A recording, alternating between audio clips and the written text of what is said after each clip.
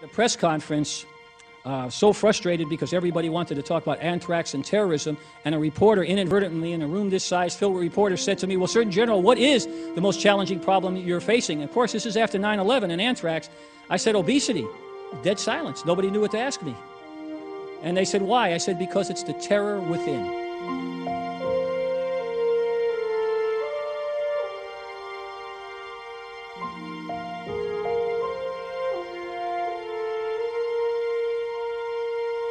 That resonated.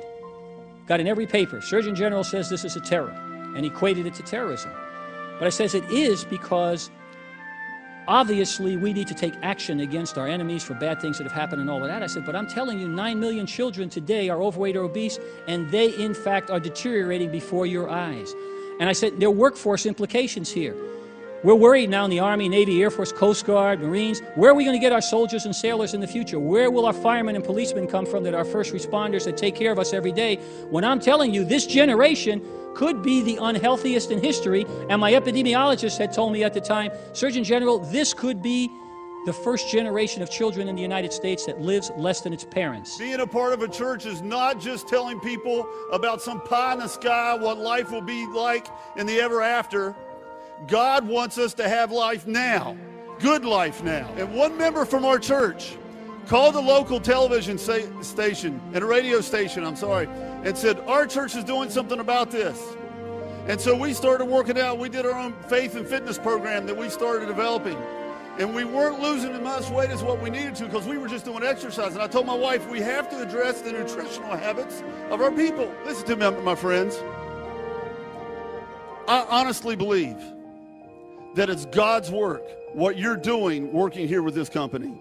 God does not want to see the people of America. We're the most obese, out of shape, unhealthy nation in the world. That is not something God would want. If God grows it on a tree, if he grows it in the ground, it's good. Visalus has taken those things, put it in something that is affordable, and that's why they asked me to come here to talk about the Community Challenge. We have really gotten on board with this. We found out how many kids aren't getting the meals that they need. Just in the last 3 months, we have fed over 30,000 meals to needy children in the Huntington area. Over 30,000, my friend. By the end of the summer, we've already raised the money to feed 50,000 meals to children. Listen to me, my friends. Jesus Christ was a network marketer. What did he do? He had 3 guys that he trained. Peter, James, and John, right? Right? Those were his inner circle. And then around him, he had those 3, each had partners that they would go out and train people together. He had the 12, right? And then after he died and rose from the dead, he says, I want you to take this message. You go and make disciples. What is a disciple? A disciple is a disciple maker. You will go out and train someone who would train someone who would train someone who would train someone. That's why we have 3 billion Christians on this earth, is because they went out and shared the good news. The number 1 fundraising entity in our nation is the IRS, okay? But the number 2 is the church. And it's their job to go out, as Jesus said, feed the poor, reach the children. Your church needs to be a part of this.